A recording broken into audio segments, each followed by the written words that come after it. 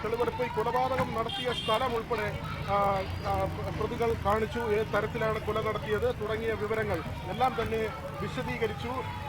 എവിടെ ഈ CCTV ദൃശ്യങ്ങളിൽ കാണുന്ന അതേ സ്ഥലം തന്നെയാണ്, അവിടെ എത്തിച്ചാണ് തെളിവെടുത്തത്. ഇരുമ്പ് വടി കൊണ്ട് തലക്കടിക്കുകയായിരുന്നു, തുടരെ തലക്കടിക്കുന്ന സാഹചര്യമായിരുന്നു.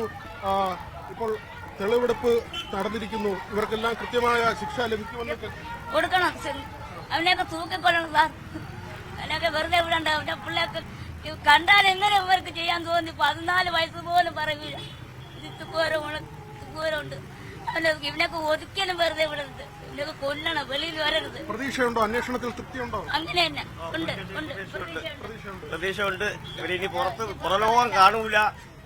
തൂക്കിക്കൊല്ലാൻ ഉള്ള വിധി അത് കിട്ടുകയും അതുവരെ കാത്തിരിക്കും. ഈ പുറലോകം കാണില്ലവര്. പിതാവാണല്ലോ അഖിലിന്റെ അച്ഛനാണ്. എന്റെ മോൻ ഒരു തെറ്റിനോ ഒരു പെറ്റി കേസ് പോലും എന്റെ മോനില്ല. അവൻ കൊണ്ടുവരുന്നത് കഴിക്കാതെ നമ്മൾ ജീവിതം കഴിഞ്ഞു പോണത്. എന്റെ മോനെ ഇങ്ങനെ ചെയ്തവന്മാര് ഇനി ഈ തൂക്കിക്കൊല്ലാകല്ല നമ്മൾ അറിയണം. അത് മാത്രമേ നമുക്കറിയാവുള്ളൂ. ഇനി അവരെ അറിയാൻ പറ്റൂല, കാണാൻ പറ്റൂല. ഇവിടെ അന്ന് ഈ പ്രാവിനൊക്കെ തീറ്റ കൊടുത്തിരുന്ന സമയത്താണ്. ആ സമയത്ത് തന്നെ തീറ്റ കൊടുത്തുകൊണ്ട് ഈ കൈ ഒടിച്ചിട്ടെങ്കിലും അവൻ കയറി അവൻ തീറ്റ കൊടുത്തുകൊണ്ടിരിക്കും. ആ സമയത്താണ് അവർ വന്നിങ്ങനെ ചെയ്തത്. ഇവ ഒറ്റയ്ക്ക് ഇരിക്കുന്ന പ്ലാൻ കൊടുത്തു, അങ്ങനെ വന്ന് ചെയ്തതാണ്. ചെറിയ വാക്ക് തർക്കത്തിന്റെ പേരിൽ ചെറിയൊരു വാർത്തയൊക്കെ ഉള്ളൂ. അവൻ വലുതാക്കിയില്ല. അവൻ വിചാരിച്ചു അങ്ങ് കഴിഞ്ഞെന്ന് അവ വീട്ടിൽ പറഞ്ഞതുമില്ല. ഇവര് നേരത്തെ തന്നെ കൊലപാതകം നടത്തിയിട്ടുള്ള ആളുകളാണ്.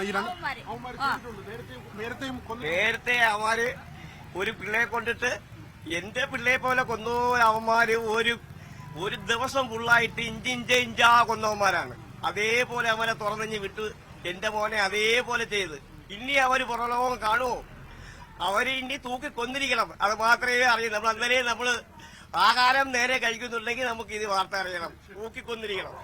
ഏതായിരുന്നാലും ഈ നിലയ്ക്കാണ് വീട്ടുകാരുടെ ഭാഗത്തു നിന്നുള്ള സമയത്തും അവന്മാരെ പുറലോകം കാണരുത്. അങ്ങനെ അവന്മാരെ വിട്ട ഞങ്ങളെ വീട്ടിലുള്ള പെണ്ണുങ്ങളൊക്കെ ഞങ്ങളെ ആ കോടതി നടയിൽ മരിച്ചിരിക്കും. അതാണ്